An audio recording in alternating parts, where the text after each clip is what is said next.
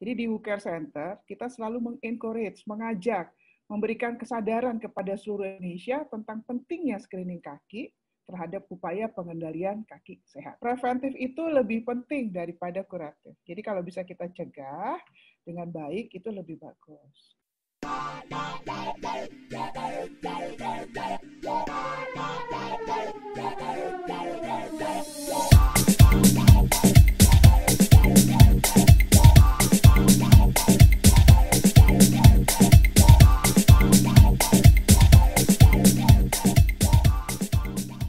Assalamualaikum warahmatullahi wabarakatuh. Selamat siang. Apa kabar semuanya? Semoga hari ini keadaannya sehat semua ya, Bapak Ibu. Oke, Bapak Ibu, kita kembali lagi dengan Aswida hari ini. Kita hari ini dengan topik food, yaitu pada pasien dengan DM. Oke, dan hari ini kita akan sharing bersama Bu Ida, dan Bu Ida sudah ada di sini. Kita udah ditemani sama Bu Ida. Halo Bu Ida. Halo juga, apa kabar? Sehat semua ya Pak? Alhamdulillah. Iya Bu. Oke, Bu Ida, hari ini kita membahas tentang food care ya Bu? Ya betul. Jadi banyak masuk ke saya, Japri, pasien-pasien kita yang masalah di kaki itu ternyata memang cukup tinggi ya, baik itu dari PKM maupun dari Manokwari ya. Tadi pagi dari pasien konsulan dari Singapura ya. Jadi memang keadaan COVID ini memang banyak sekali pasien-pasien yang nggak bisa datang ke rumah sakit dan dia mencari solusi sendiri ya, bagaimana dan mau kemana. Salah satunya yang kita buat adalah model seperti ini. Mudah-mudahan bisa mengedukasi banyak orang ya, Mas Arifin ya. Saya mulai ya, Mas Arifin ya. Baik Ibu, dipersilakan Ibu. Oke, jadi kita diskusi hari ini tentang masalah kaki yang sering terjadi pada pasien-pasien dengan diabetes mellitus. Kasusnya dikenal dengan nama neuropati. Jadi yang harus dilakukan, kita mengedukasi pasien dan juga orang-orang awam yang dia beresiko kemungkinan terjadinya luka di kaki yang diakibatkan karena ada neuropati. Oke. Jadi kasus-kasusnya food care itu menjadi sesuatu yang harus mau tidak mau dipelajari. Kalau kita lihat ya, kaki letaknya di bawah, pekerjaannya banyak ya Mas Arifin ya. Nggak karu-karuan ya pekerjaannya ya. Mulai dia lari, jalan, apalagi bahayanya kalau dia nggak pakai alas kaki, dia bisa terluka dan lain sebagainya. Jadi memang betul sekali bahwa penanganan food care itu harus betul-betul menjadi concern, baik itu di masyarakat maupun petugas kesehatan. Boleh next, Mas Arifin? Nah, ini dia nih, baru kemarin kan ini Mei ya, pasien datang. Usianya udah cukup lanjut 61 tahun, tapi bisa kelihatan nggak lukanya di mana? Alas kaki, terasa nggak sampai punya luka sebesar itu? Enggak, gitu ya. Jadi memang tiba-tiba pasien mengeluh tidak nyaman, terus baru dia melaporkan diri ke keluarga, terus kemudian baru kelihatan tuh, oh ternyata ada luka di belakang sampai segitu besar. Lagi Mas, next. Efek sandal jepit. Sebelumnya, pakai sandal jepit nggak pas gitu. Kita kalau sandal jepit favorit ya. Mas Arifin senang pakai sandal jepit? Senang lah pastinya Bu. Senang ya. Lebih nyaman gitu ya. Tapi pada kondisi-kondisi tertentu, kalau dia tidak terasa kalau ada luka, ini begini nih akhirnya gitu ya. Jadi efek dari sandal jepit juga cukup bahaya pada pasien-pasien diabetes yang mereka sudah mulai ada neuropati. Oke. Ada lagi nggak? Coba next. Atau ini juga ya tetap di alas kaki. Ini kalau orang sering bilangnya apa sih? Kapalan ya atau apa Mas kalau kayak begini nih. Jadi kapalan Bu. Ya, pecah di kaki ya, pecah-pecah kaki. Ternyata ini juga harus dirawat loh, jangan sampai nggak dirawat. Kalau nggak dirawat ya bahaya. Nah, kalau yang kita lakukan adalah next slide, Mas. Jadi kalau dia bisa menimbulkan bahaya yang tidak nyaman buat pasien ya. Ini contoh kasusnya, kebetulan ketemu kasusnya yang lalu ya, tahun 2013. Lukanya juga di telapak kaki, alasannya sama, karena penggunaan alas kaki yang kurang tepat, terus kemudian atau bahkan tidak menggunakan alas kaki, pasiennya neuropati, jadi tidak terasa. Ya, kita lakukan perawatan mau nggak mau. Tapi sekali lagi, preventif itu lebih penting daripada kuratif. Jadi kalau bisa kita cegah dengan baik itu lebih bagus. Kurang lebih sekitar 1 bulan ya ini pasiennya membaik. Yuk slide Mas. Jadi kalau gitu pengendalian kaki sehat itu seperti apa sih? Nah, next berikutnya ini kita akan diskusi tentang pengendalian kaki sehat.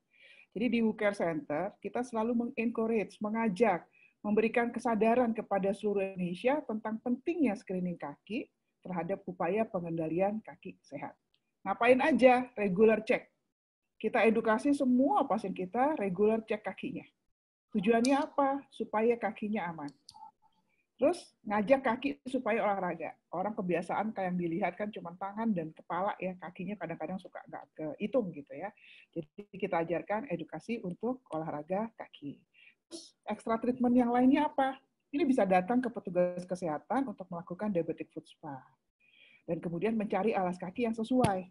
Ada beberapa alas kaki yang dijual di masyarakat itu kurang sesuai karena memberikan tekanan yang berlebihan pada kaki yang justru malah menimbulkan luka.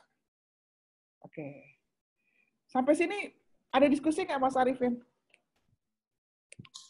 Sementara belum sih Bu ya, tetapi memang banyak penderita diabetes itu memang perhatiannya untuk kaki itu memang sangat kurang ya Bu ya? Ya, betul, sangat kurang. Jadi mungkin karena sibuk ya biasanya. Mereka kan orang-orang sibuk ya. Jadi perhatian ke kaki agak kurang. Terus kayak misalnya kalau ibu-ibu udah sibuk masak, sibuk nyuci, sibuk warawiri dan lain sebagainya, kakinya lupa. Bapak-bapak biasanya udah sibuk meeting, sibuk jalan sana, jalan sini juga lupa. Dan apalagi kalau gula darahnya tidak terkontrol dengan baik. Nah, anjurannya memang periksa kaki yang seperti ini. Kalau di kita, di petugas kesehatan, misalnya di WCare Center, kita akan lakukan model seperti ini. Kita palpasi, oke? Kita cek apakah ada kapalan atau tidak, apakah ada fisur atau tidak, ya, ada robekan-robekan di kaki atau tidak, ada jamur atau tidak, kukunya bagus atau tidak. Oke, slide Mas. Terus kemudian pemeriksaan yang lain adalah pemeriksaan sensori karena berhubungan dengan neuropati. Jadi kita cek vibrasinya dengan vibrasi, biasanya dengan garpu tala, terus kita dengan monofilament test itu biasanya dengan sentuhan ya, sentuhan yang lembut sekali, dia terasa atau tidak. Terus kemudian dengan suhu ini kita kasih panas dan dingin, terasa atau tidak.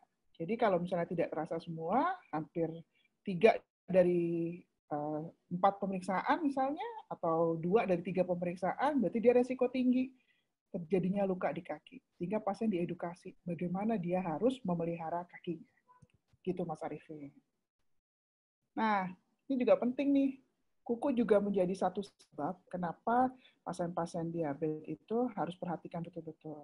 Karena memang dengan suasana yang tropis ya, dengan kelembapan yang cukup tinggi ini, di kita fungal ya, jamur, dan kalau misalnya gunting kukunya nggak betul, bisa masuk ke situ kumannya, jadi infeksi, atau tumbuh kukunya nggak tepat, nusuk ke dagingnya, terus kemudian jadi luka, bisa jadi infeksi juga. Nah ini memang harus reguler kita cek.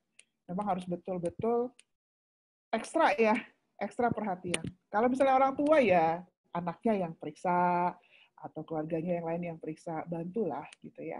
Oke. Next, Mas. Nah, ini salah satu olahraga yang kita lakukan. Olahraga kaki ya namanya ya. Sederhana aja kok. Yang penting kakinya itu digerakkan dengan tepat. Kita bisa menggunakan koran yang caranya bisa dirobek dulu semuanya, jadi robekan yang kecil-kecil semuanya. Terus kemudian kita satukan menjadi sebuah bola. Atau menggunakan karet, gelang. Masih gampang nggak ya cari karet gelang? Kalau di Bogor mah gampang ya Mas ya. Kalau di Jakarta Masih. susah kali ya cari karet gelang. Benar, Bu. Iya. Jadi ditaruh di jempol, terus kemudian kita regangkan bolak-balik seperti itu. Ini juga mengurangi terjadinya bunion itu, jempol yang menekuk gitu ya. Jadi olahraga-olahraga simpel seperti ini bisa dilakukan sambil duduk, nonton TV, dan lain sebagainya. Oke. Next. Nah, ini adalah perawatan kaki atau foot spa yang dilakukan di WCare Center, dan juga kita kita share di program Indonesian EdNet menjadi salah satu bagian yang kita sampaikan ke seluruh students untuk melakukan prevention program. Jadi perendaman kaki, terus kemudian penyabunan dan pemijatan, ya. Terus sambil dicek tadi inspeksi dan palpasinya sambil kita cek seperti apa keadaan kakinya. Itu kita namakan foot spa, ya, diabetic foot spa atau perawatan kaki foot spa. Kemudian yang paling penting lagi perhatikan adalah pemilihan alas kaki yang bagus. Jadi kalau alas kaki untuk pasien-pasien neuropati itu sebaiknya yang tebal. Kenapa kok tebal? Supaya tidak tertusuk benda tajam, Mas Arifin. Karena beberapa pasien kita datang itu ketusuk paku pines misalnya, atau tutup botol, gitu ya. Tapi kalau alas kakinya tebal, itu tutup botol atau paku pines kan menempel di sepatunya. Jadinya aman dia. Gitu. Terus kemudian kalau bisa yang dipilih adalah sepatu yang bentuknya lebar di depan. Apa ya biasa istilahnya ya kalau anak-anak muda sekarang? Bukan sepatu bebek ya. Jadi lebar gitu di depannya. Tujuannya ya untuk menghindari gesekan kalau sepatunya sempit. Nah, ini contoh yang kita punya ya. Contoh yang kita punya kalau pasien setelah perawatan itu mereka bisa nyaman menggunakan sepatu diabetes. Walaupun dia ada luka pun ya, dia pun ada luka, dia tetap tercover dengan baik. Jadi memang alas kaki ini penting untuk pasien-pasien dengan neuropati. Itu sih yang mesti harus diperhatikan. Jadi sekali lagi kalau misalnya ada masalah-masalah di kaki, baik itu upaya preventif, kuratif, maupun rehabilitatif, segera bisa menghubungi WCare Center atau menghubungi Akswida di sini ya, Mas Arifin ya. Ya Bu, benar Bu. Supaya kita bisa membantu seluruh masyarakat untuk terhindar dari amputasi.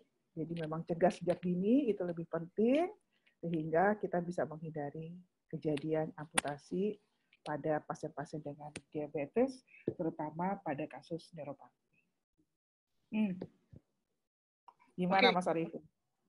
Bu, memang banyak kasus ya Bu ya.